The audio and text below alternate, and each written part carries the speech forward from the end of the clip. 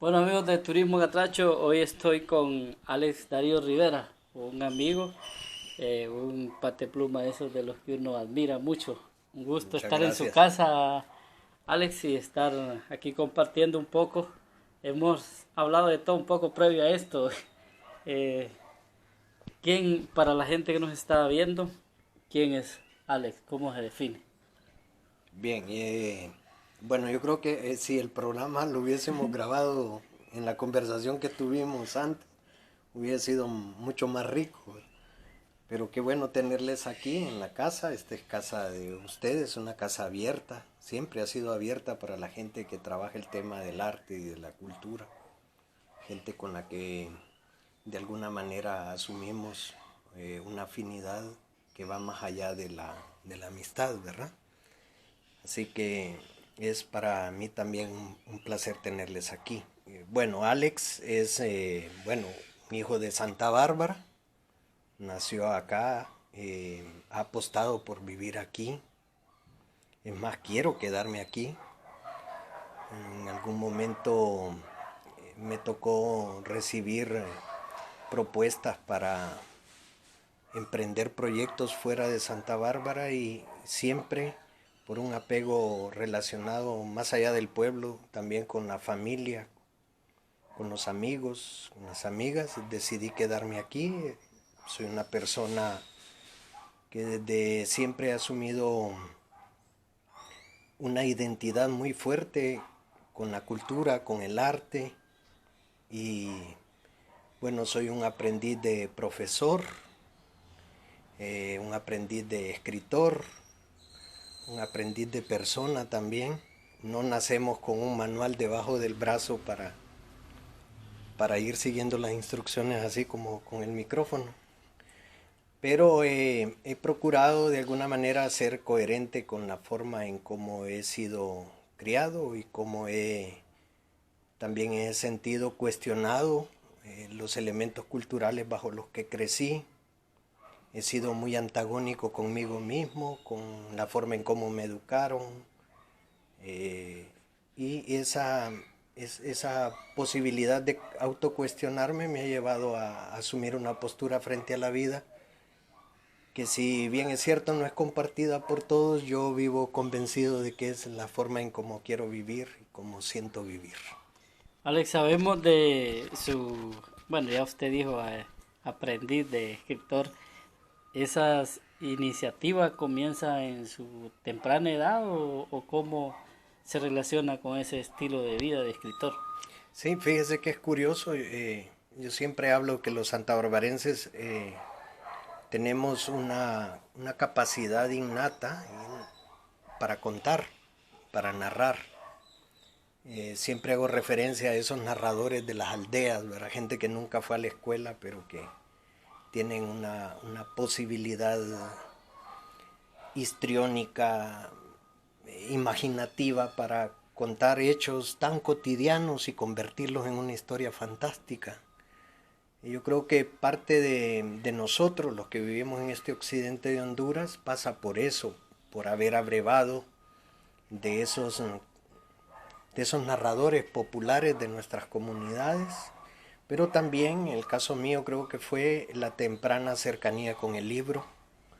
Yo vivo fascinado con los libros, ha sido tal vez una de mis grandes pasiones, el hecho de la posibilidad de asomarme al mundo desde una mirada totalmente distinta o muy particular, desde la cual cada autor, ya sea de poesía, ya sea de novela, ya sea de cuento, ya sea de ensayo, pues nos da la posibilidad de alguna manera, dar otra espiada al mundo o a los mundos o aquello que nosotros consideramos como realidad, que no es otra cosa que realidades. Entonces, muy temprano llego a la escuela Marco García y me encuentro con una biblioteca que ya hoy está mucho más diezmada, pero que en aquellos años tal vez era la biblioteca para un niño más espectacular que había. Y de esa necesidad permanente de estar leyendo, pues de manera muy temprana también surge esa inquietud por comenzar a a escribir. Y así aparecen mis primeros cuentos, mis primeros poemas, relacionados con, yo creo que de manera muy marcada, con el tema del amor, con el tema de los temores, de los miedos. Y bueno, y es así como, producto de esa experiencia, en algún momento de mi vida fui alentado para publicar mis primeros libros, que ya hoy son varios, y que me han dado... ¿Cuántos son en...? Sí. Libros publicados son 7 ya. Sí, algunos de ellos de cuentos, poesía, libros de microhistoria. Algunos me han dado la posibilidad de ser publicados en otros países, en México, en El Salvador. Y bueno, han sido, yo creo, pequeñas criaturas que han sido muy bondadosas con el autor, me han permitido viajar, me han permitido conocer gente maravillosa en distintos países de América Latina. Y bueno, uno nunca sabe la trascendencia que puede tener un libro, ¿verdad? Pero en el caso particular, vivo satisfecho con lo que hago, vivo muy hacia adentro. He convertido prácticamente la casa en un espacio donde yo puedo ser yo, sin temor a ser cuestionado ni a ser censurado. Y bueno, ya llevamos más de 40 años de vida y sigo apostando por eso, sin perder la esperanza de que en algún día este país puede ser mucho mejor. Alexi, de esos 7 libros, ¿hay alguno con el que usted se enamora más, con el que tiene más identificación? Sí, yo creo que el último trabajo, cuando ahora veo los libros anteriores, yo creo que uno va madurando sus primeros trabajos. Cuando uno los ve muchos años después, dice, pucha, este texto a lo mejor no lo pude haber publicado, a lo mejor tenía que trabajarlo de esta manera. Pero yo creo que cada libro marca una etapa en uno. Mi último libro, que es Mortem, que es toda la temática está abordando el tema de la muerte, pero no la muerte de sentido fatalista, ¿verdad? Sino la muerte como una parte más de la vida, como esa necesidad de vivir para merecerla. Yo creo que en Mortem se recogen elementos que están de manera mucho más profundizadas, las formas en cómo yo concibo la vida, cómo la vivo y cómo la asumo también.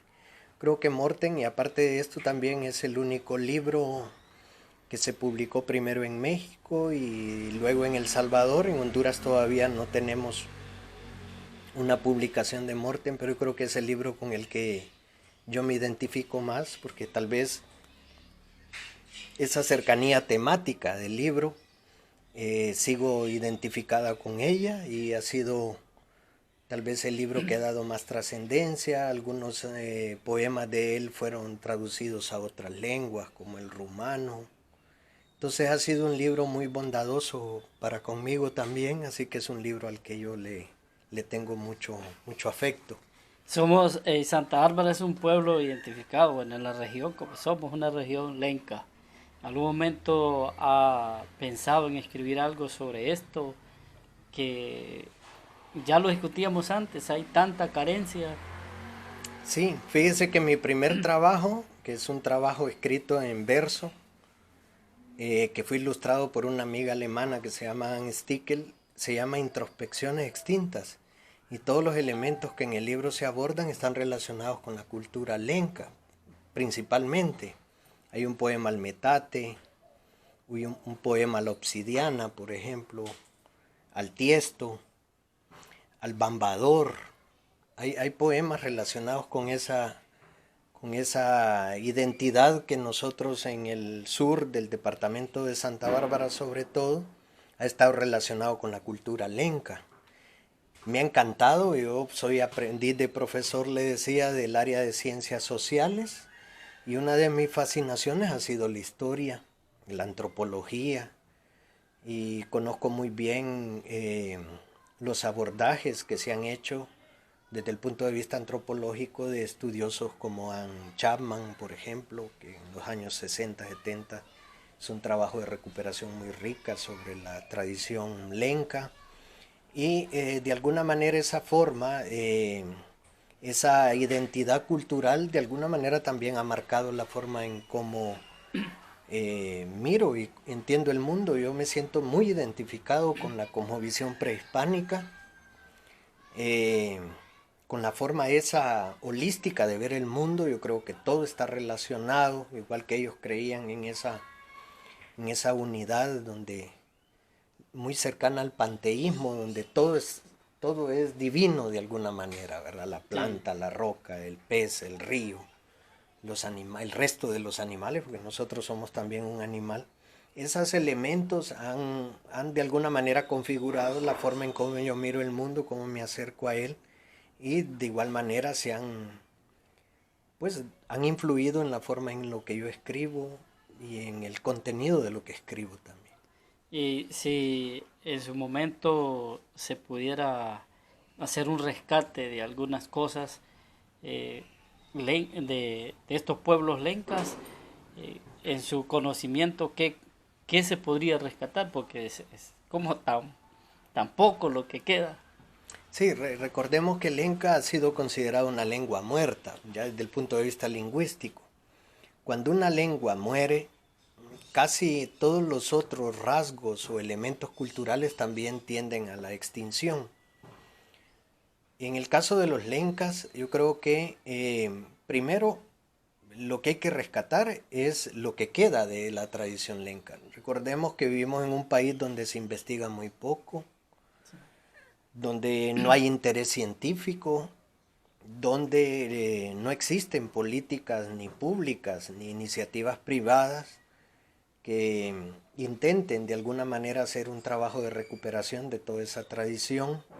En nosotros todavía persisten, prevalecen palabras de origen lenca, tradiciones de origen lenca, que nosotros las utilizamos, pero no sabemos ni de dónde provienen. El hecho de que nace un niño y le ponemos el hilito rojo aquí, ¿verdad? Y eso no es cristiano, ¿verdad?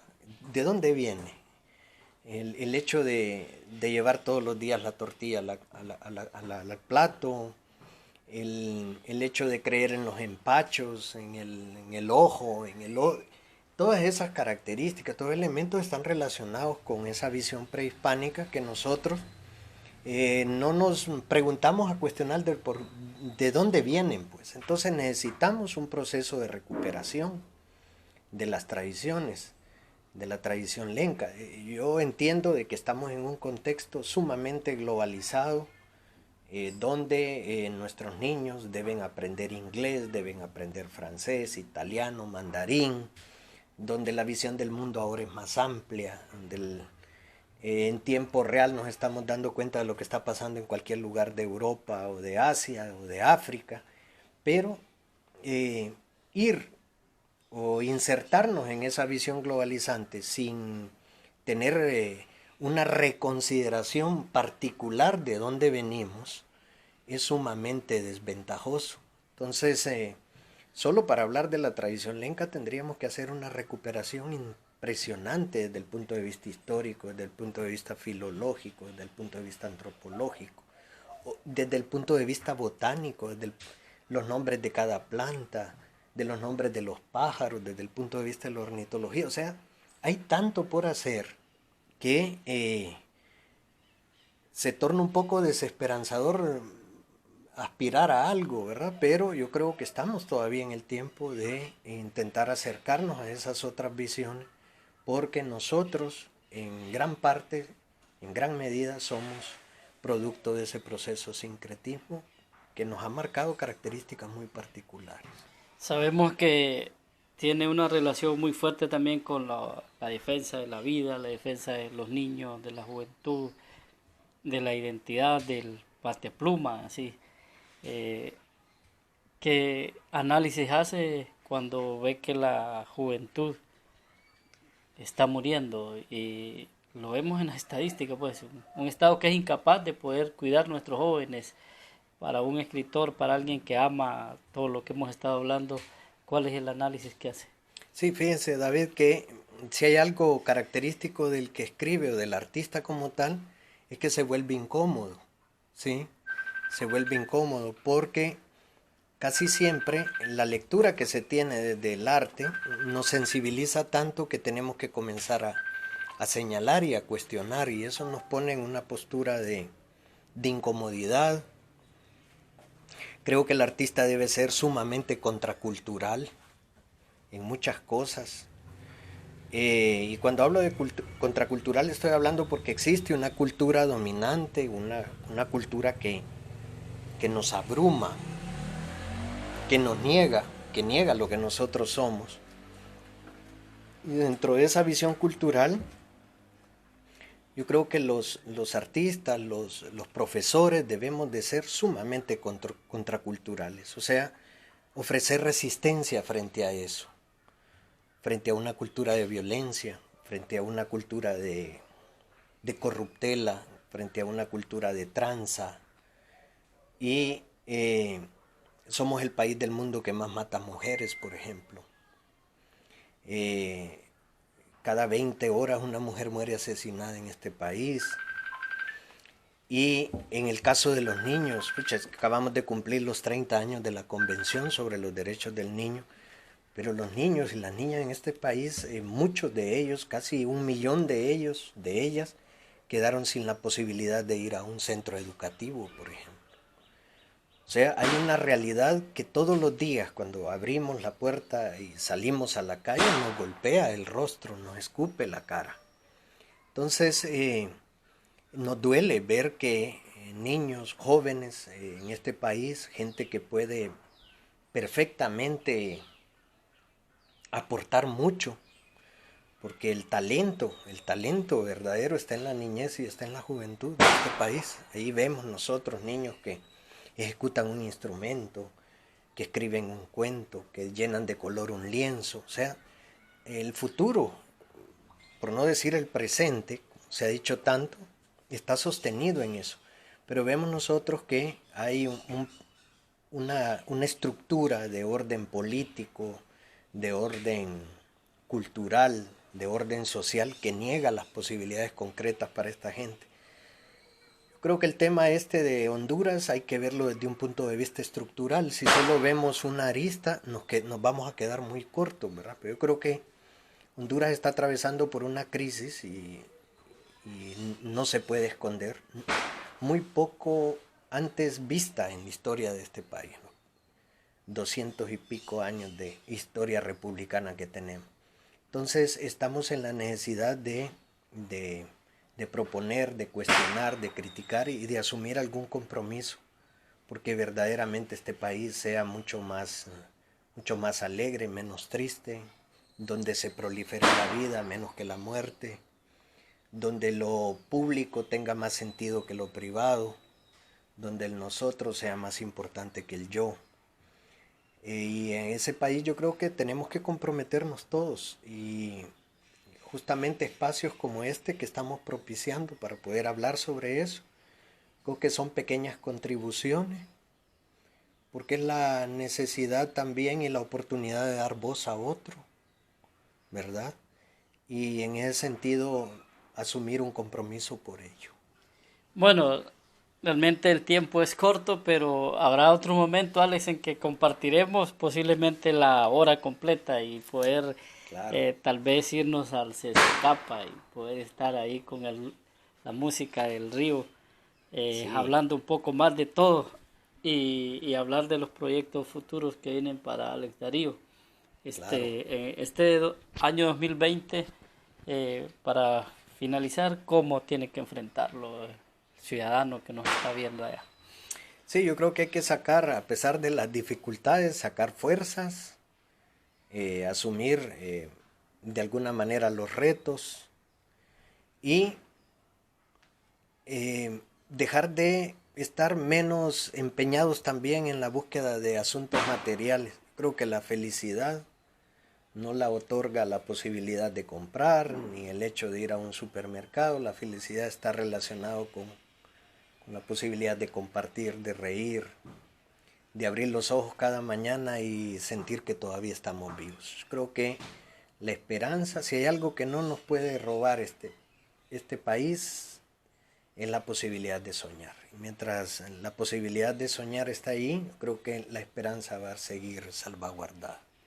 Bueno, yo soy David Chávez y somos Turismo Gatracho.